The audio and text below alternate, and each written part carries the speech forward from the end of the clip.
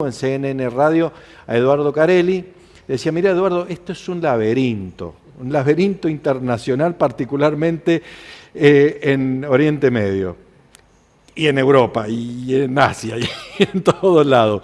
Es un laberinto. Eduardo, bienvenido. Gracias, Guillermo. Así es, la verdad. Un laberinto que hay que tratar de desentrañarlo de alguna forma, ¿no? Y en este momento tenemos conflictos cada vez más álgidos, podríamos decir, en Europa del Este, como lo presentaste al tema.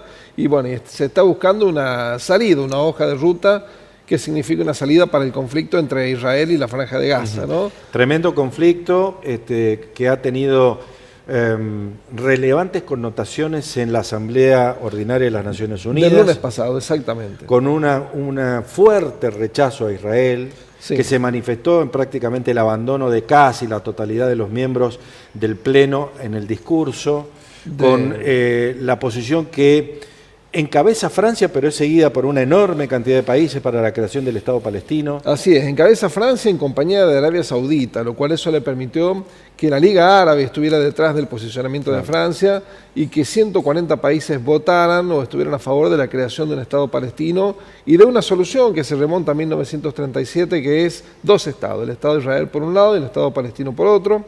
Este acompañamiento internacional lo que hizo fue quitarle margen de maniobra a Benjamín Netanyahu en la escena internacional. Y a Donald Trump también. Y a Donald Trump, pero que Donald Trump está más hábil que nunca, podríamos decir. Salió rápidamente a la escena mostrando una tercera carta, ¿no? Recordemos que él primero presionó apoyando la solución del ministro de Finanzas de Israel, que habló de que había que desalojar la Franja de Gaza y crear en el lugar un polo inmobiliario, tecnológico, industrial, productivo, como bueno, forma de presionar al mundo y a los gazatíes, a Hamas, y la respuesta internacional fue la creación de un Estado palestino. Entonces Trump ha hecho un camino transversal, un camino intermedio, y que es una propuesta que ha elaborado, o mejor dicho, han hecho que parezca que la elaboró Tony Blair, aquel primer ministro de Gran Bretaña en la época de la guerra de Irak, de la invasión de Irak, pero que estaría Estados Unidos detrás de la propuesta de Tony Blair, ¿no? En la cual esta propuesta lo que hace es sostener un plan de 21 puntos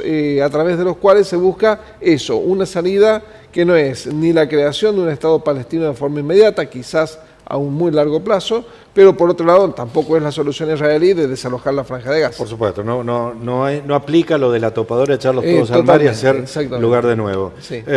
Punto no menor, el hecho de que en el interín, en Gaza se sigue librando una guerra, sí, que el mundo, la gran mayoría de los países del mundo la han calificado de genocidio. Si no les gusta escuchar el término es una pena, pero es el término que está utilizando el mundo. Y al mismo tiempo, la propia ONU ha hablado de la hambruna en Gaza. Sí, claro. Y lo que se busca con este plan es un parate inmediato del conflicto, en un plazo no menor a 48 horas, pero es de muy difícil, lo hablábamos también con vos en CNN Radio, de muy difícil implementación, porque esto exige, por un lado, la detención inmediata de Israel y que Israel libere todos los presos políticos palestinos que tienen sus cárceles. Absolutamente inviable. Tanto de Cisjordania como de la Franja de Gaza, incluso de aquellos que están condenados a cadena perpetua. Y por otro lado, jamás tiene que desaparecer. Esto significa rendirse, entregar las armas y que aquellos que lo hagan en el marco de esas 48 horas entrarían en una especie de protectorado internacional, es decir, no serían eliminados esos líderes gazatíes ni esos soldados de Hamás, me refiero, no gazatíes simplemente, sino de Hamás, que depongan las armas y que se avengan a este plan de paz internacional que encabezaría Tony Blair desde Egipto. No pisaría la Franja de Gaza en una primera instancia. Inviable por donde lo mires. Muy difícil, pero bueno, Netanyahu se encuentra en este momento encorsetado, aislado internacionalmente.